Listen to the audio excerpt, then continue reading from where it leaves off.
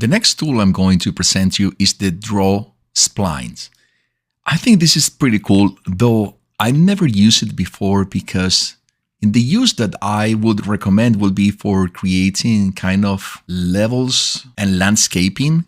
And if I'm going to use landscaping, guys, I will use the tool for landscaping in Unreal. But it is pretty cool, in fact, to play with this. So let's select and let's create some points here, some spline. And as you can imagine, this is basically playing with some different command set, some different positions, and accept.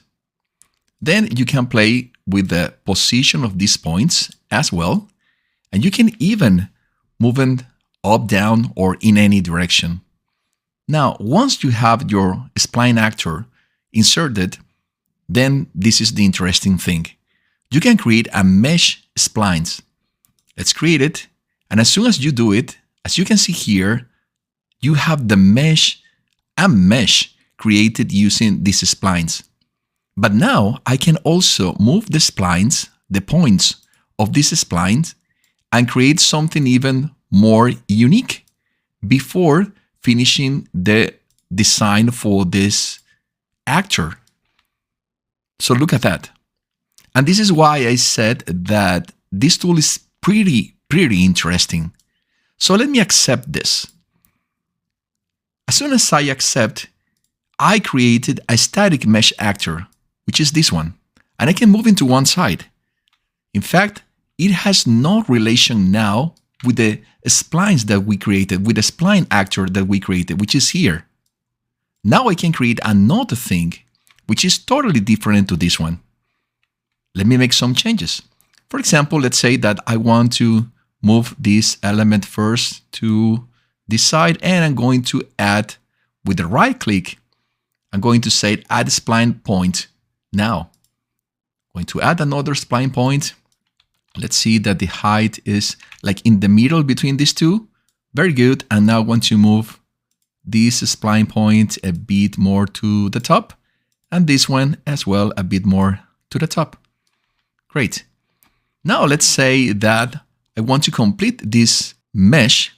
So I'm going to click Mesh Splines, but I also want to create some thickness for this mesh.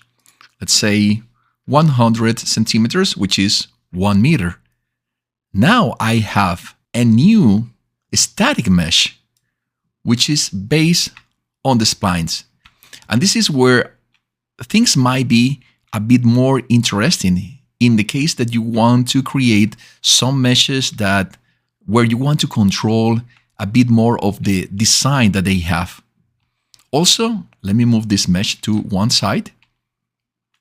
Also, using the splines, let me select them. I can select them here if I'm very accurate. Check. Oh, come on, is here. And I can select it. Well, then I can find them here. Spline actor. Let me move it to one side. When you are working with a spline actor, you can also, with right click, has a different options.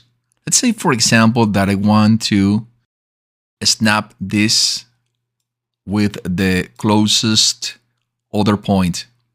So I'm just going to select this point. And I'm going to pick snap a line, snap to the nearest spline point. There you go. And as you can see here, now we have these two actors, one beside the other. This is a nice thing to play with. As I told you, it hasn't been the case for me for creating something that I will use using the spline. But like in the other cases, it's important to visit it, to play with that and see what you can do. I'm going to remove this spline actor because I don't need it anymore. And let's say I want to create a new one, but in this case, I want this actor to be closed. So basically is we're going to need a loop for this actor. So the first thing is starting the structure that I want to do. And once you are finished, you just click here and they will loop. Now you have a spline that is totally loop. Again, you can play with the values and you can move, let's say, this point a bit and this point a bit higher and this point, select this one a bit higher and this one as well, like in the middle. Excellent. And now I can again mesh the splines. I can revolve the spine. You can do so many things. For example, this is a revolve.